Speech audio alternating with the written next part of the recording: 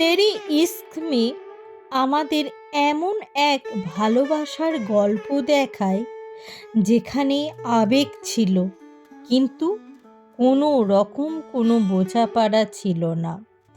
আজকের গল্পটা বিশ্লেষণ করলে আমরা কিন্তু অনেক কিছু জানতে পারবো। তো চলো আজকে মূল ভিডিওতে ঢুকে পড়া যাক।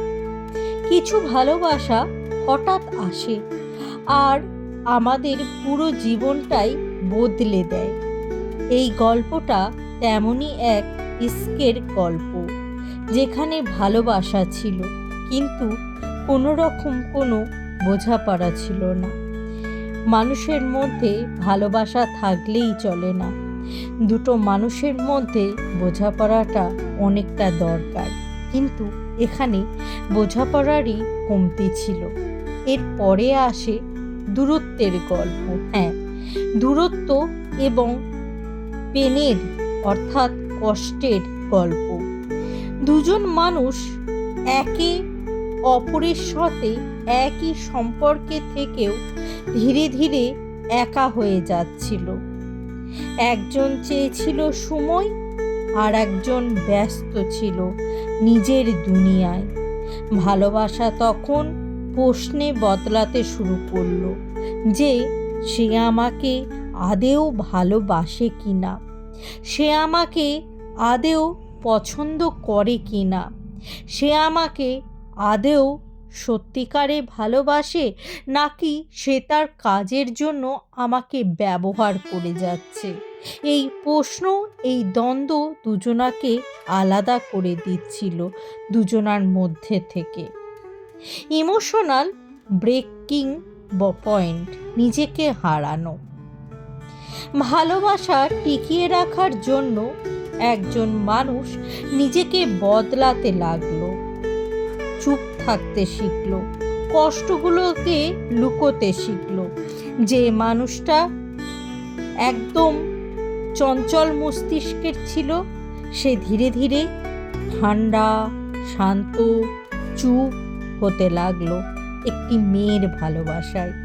কিন্তু কেউ খেয়াল করলো না ভালোবাসার নাম করে তাকে, যে সে আস্তে আস্তে নিজেকেই হারিয়ে ফেলছে।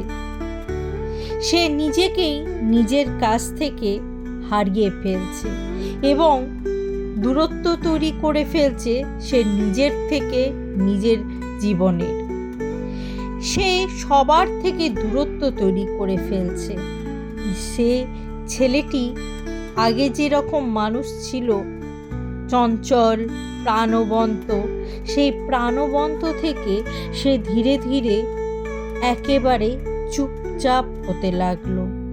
এই পরিবর্তন কিন্তু শুরু হয়েছিল মেয়েটিকে ভালোবাসার পর থেকে, কারণ মেয়েটি চেয়েছিল ছেলেটির এরকম পরিবর্তন আসুক। এর পরের ধাপটি হচ্ছে রিয়েলাইজেশন, অর্থাৎ সত্যটাকে বোঝা। একদিন সে বুঝে গেল যে ভালোবাসায় প্রতিদিন কাঁদতে হয়, সে ভালোবাসা ভবিষ্যৎ হতে পারে না। এটা ছেলেটি বুঝতে পারল, কখনোই ভবিষ্যৎ হতে পারে না। যে ভালোবাসা সবসময় কাঁদতে হচ্ছে তাকে। সব মানুষ আমাদের জীবনে আসে না থাকার জন্য, কিছু মানুষ আসে আমাদেরকে শক্ত বানানোর জন্য। আর এটাই ছিল সেই ছেলেটির জীবনে মেয়েটির আগমন, তাকে শক্ত বানানোর জন্য এসেছিল। হিলিং অ্যান্ড সেলফ লাভ, নতুন করে শুরু।